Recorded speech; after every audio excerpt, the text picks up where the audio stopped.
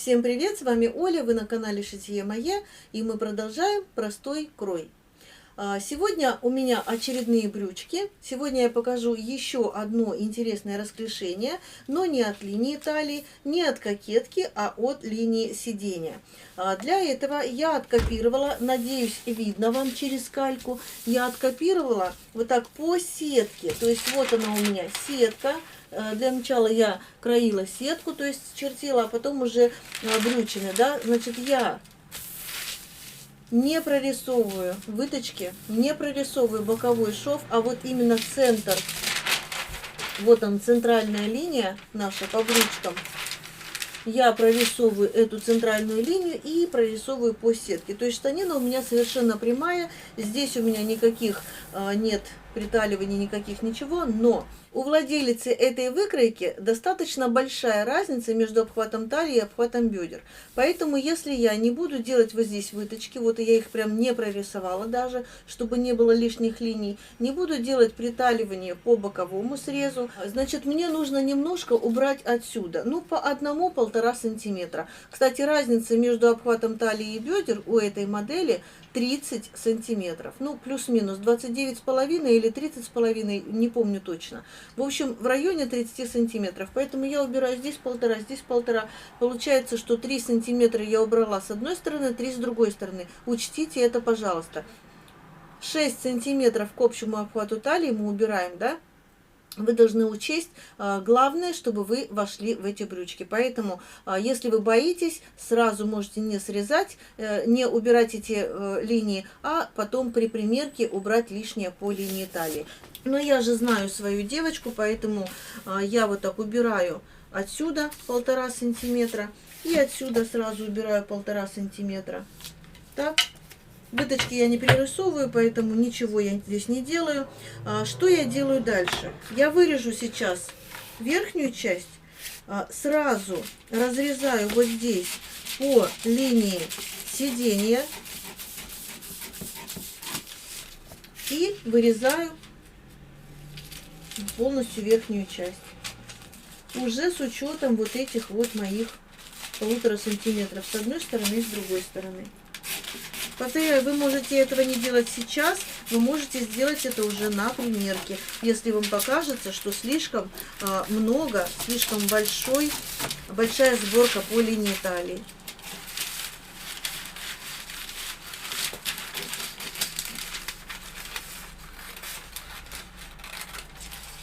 Так.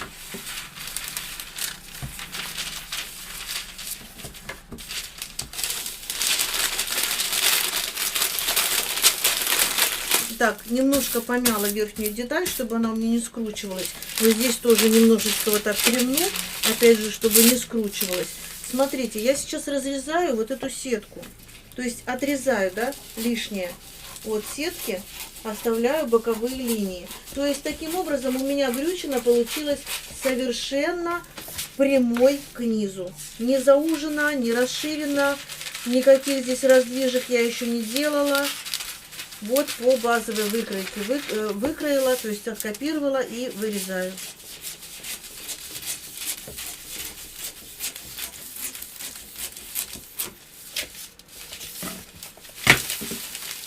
Кстати, если вы хотите, чтобы брючки ваши были прилегающие все-таки по линии талии, по линии бедер, значит, вам нужно прорисовать все выточки, вот этот боковой шов.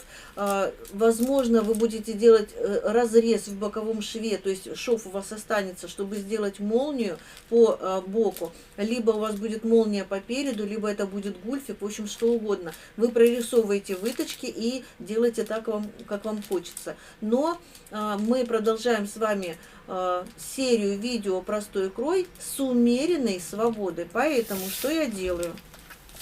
Здесь я убрала уже по 1,5 сантиметра, но мне нужно добавить свободу к линии бедер. Поэтому я вот так беру, разрезаю по центру и разрезаю каждую деталь пополам. В этом случае я буду прибавлять к линии талии буквально 0,5, потому что разница очень большая. А к линии сидения, вот так по линии сидения, буду прибавлять 1 сантиметр.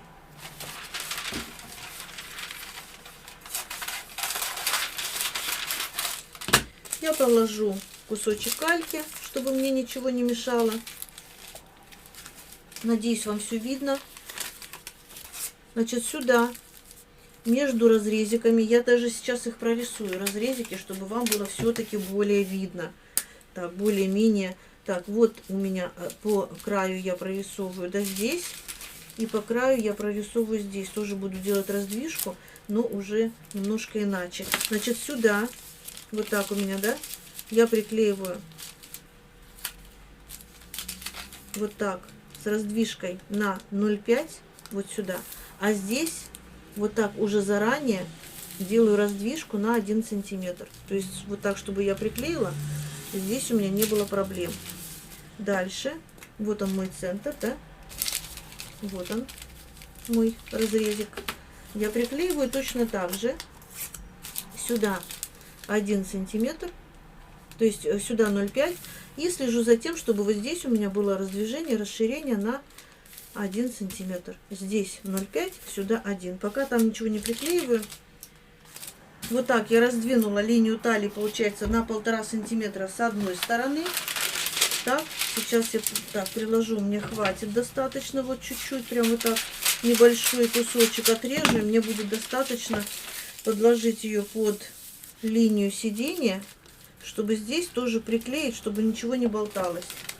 Еще раз проверяю, здесь у меня будет 1,5, то есть 1 или 1,5 сантиметра по вашему желанию, да, какую свободу вы хотите.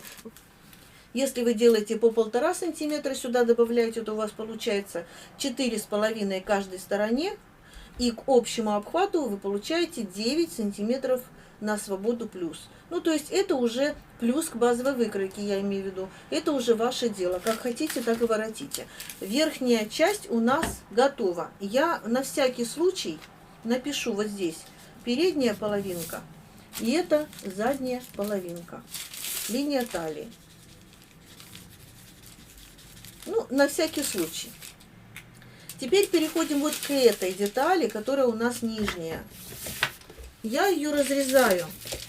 Можно, в принципе, по этой линии разрезать, но можно более-менее вот так по центру. Я беру центр, разрезаю приблизительно одинаковые, да, у меня будут половинки. Дальше разрезаю еще. Можно еще разрезать. То есть можно вот эту деталь не на 2 части разделить, а на 3. Можно на 5, как хотите. Я покажу вам пример, а вы уже делите как хотите. Теперь нам необходимо сначала разложить эту детальку так, чтобы вот это у нас совпадало с этой деталью. Но смотрите, чем больше вы делаете расширение к низу, тем вот эта деталь уходит вниз. Вот эта линия, она уходит вниз. Вот я сейчас специально раздвину так много. Так, здесь, чтобы не улетело, вот так вот я раздвигаю, чтобы никуда не убежала. И вот эта деталька, смотрите, мы с вами прикладываем вот эту вот верхнюю деталь. Видите, насколько она ушла? Она может уйти на 3, на 5 сантиметров. Это уже смотря, какую раздвижку вы здесь делаете. Повторяю, вы можете сделать, допустим, у меня здесь 4 детали, 3 разреза, да? Вы можете сделать 5 разрезов, 6 разрезов, как вам угодно. Вот я сделала 4 разреза и буду вот так вот раздвигать. Но мне нужно, чтобы вот эта часть у меня начиналась вот здесь. Опять же, я сейчас нарежу кусочки. И вот так вот я приклею. Вот сюда подклею. И вот эта часть у меня должна быть. Так. Здесь края не видно. Я край вот так прорисую. Да, вот он. И вот этот уголочек вот от этой верхней части у нас должен вот сюда совпасть. Мы его сейчас приклеим. Приклею я вот так. Именно верхнюю часть пока приклеиваю. Вот я ее прорисовываю, да, вот она верхняя часть, вот она линия сидения пошла. Подклею сюда, с этой стороны тоже, именно к верхней части. Верхнюю часть вот сюда приклеиваю. Сейчас я ее прорисую.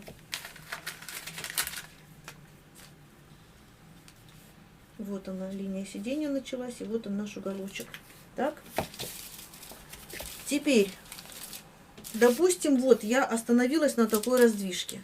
Здесь-то у меня тоже должно быть расстояние, да, между детальками. Почему? Потому что здесь мы с вами прибавляли, и вот эта деталь, вот с этой мы должны соединить таким образом, чтобы все у нас сошлось. То есть вот эта часть, вот с этой частью должны сойтись. Я сейчас опять же ее здесь приклею. Приблизительно выложили, сколько вы хотите раздвинуть, и можно уже подклеить. Так, здесь у меня, наверное, не хватает. Еще вот так раздвину. И сюда вот так подклеиваю. Прорисую, чтобы вам было понятно. Вот она сюда идет линия, вот она сюда идет линия. Вот этот уголочек мы с вами соединяем. Вот она линия и вот она линия. И этот уголочек мы с вами соединяем. Теперь мы вот так разложились. Вот так. Примерно одинаковое расстояние между вот этими клинышками, да? Назовем их так. Ну, примерно. Сколько тут получается? Так, у меня здесь получается 14 сантиметров. Ну, давайте возьмем 13, чтобы у меня, по крайней мере, стол мой хватило. Стола моего хватило. Я вот так сразу сейчас подклею кусочек на расстоянии 13 сантиметров. Так, сначала 1. 13 сантиметров.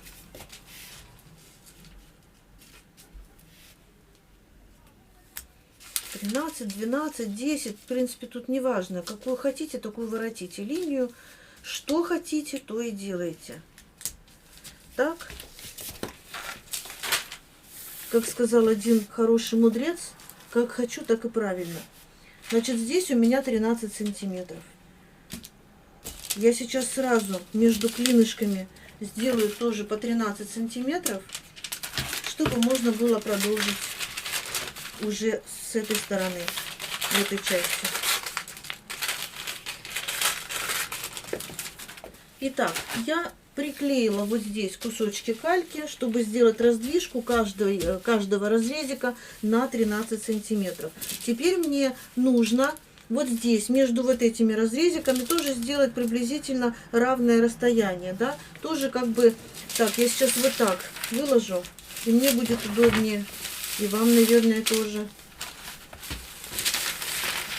Чтобы не таскать туда-сюда вот эти все клинышки, да, вот эти приклеенные, эти я утяжелителем наложу. Так, между вот этими расстояниями тоже должно быть приблизительно одинаковое, вот так вот, расстояние, между разрезиками я имею в виду. Вот так. И видите, насколько она ушла у нас от вот этой линии. Главное, чтобы вот эти точки у нас сошлись. Вот здесь была приблизительно одинаковая раздвижка. И я ее сейчас тоже склею. Я подкладываю кусочки кальки только для того, чтобы мне не испортить выкройку, потому что выкройка это мне еще пригодится. Выкройка дочкина. А я ее не убрала.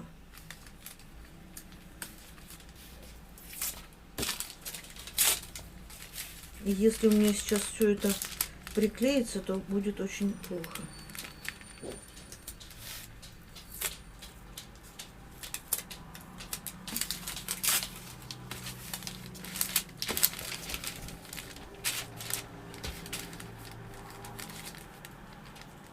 Вот так я, получается, сделала равномерную раздвижку. Вот эти части у нас детали сошлись вот здесь. Здесь у нас появилась свобода.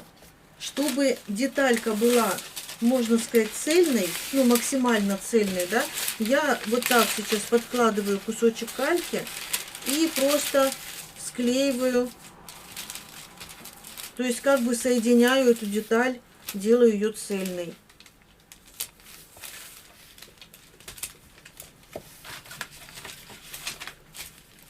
Вот так. То есть у нас получится вот такая цельная деталь. Здесь мы все это вырезаем, отрезаем. Так. Вот сюда я еще тоже проклею, вот в эти уголочки. Так, и теперь можно лишнее вырезать, отрезать. Здесь лишнее отрезаем, сюда лишнее отрезаем. Вот у нас получится вот здесь цельная деталька. А к низу, можно, конечно, и к низу вот эти все, вот эти пустоты заклеить. Но я думаю, что это уже не так важно. Вот такая у нас получилась штанина. Сейчас я вот так ее подниму. Вот такая у нас получилась штанина. Это у нас одна штанина. Если мы ее с вами сложим вот так пополам, сейчас разберемся.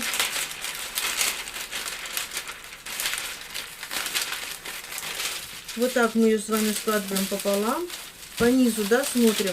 Вот это отсюда и до сюда, от этих пор до этих пор у нас будет вот такая широкая штанина. Хотите больше, делайте больше. То есть между вот этими разрезиками делайте больше расстояния. Или, я уже повторяюсь, или вы разрезаете еще и делаете еще раздвижку. То есть вот самое, что я хотела показать, это то, что, во-первых, при большой разнице между обхватом талии и обхватом бедер, как сделать вот это вот легкое, легкую умеренную свободу, чтобы сюда не увеличивать, да, еще дополнительно какие-то сборки, чтобы не увеличивать нашу талию. И как сделать расклешение не от линии талии, а от линии сидения. Вот вам, пожалуйста.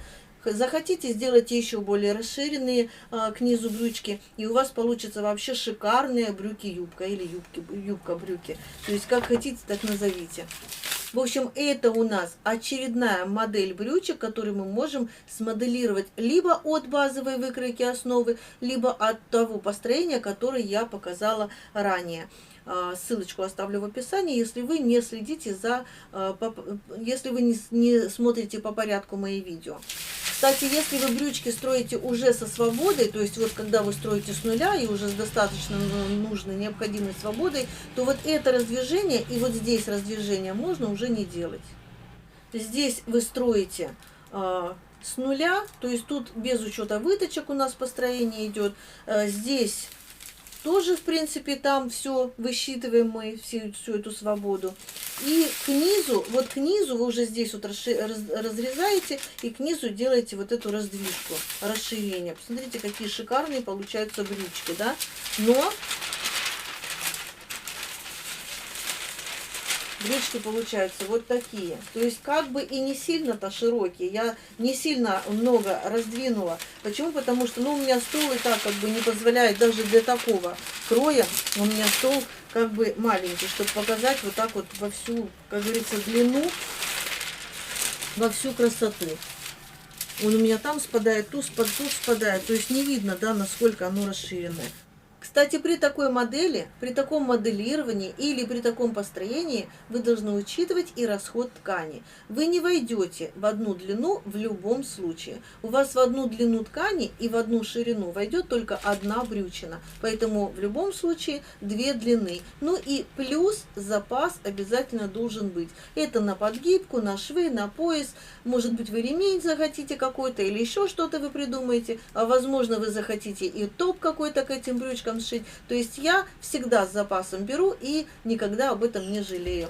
В крайнем случае, у кого-то есть детки, и можно остатки пустить на детские какие-то вещи. Я надеюсь, я вам помогла. Я надеюсь, вам видео было понятно, полезно и интересно. На сегодня я с вами прощаюсь. Ждите новые серии. Всем пока!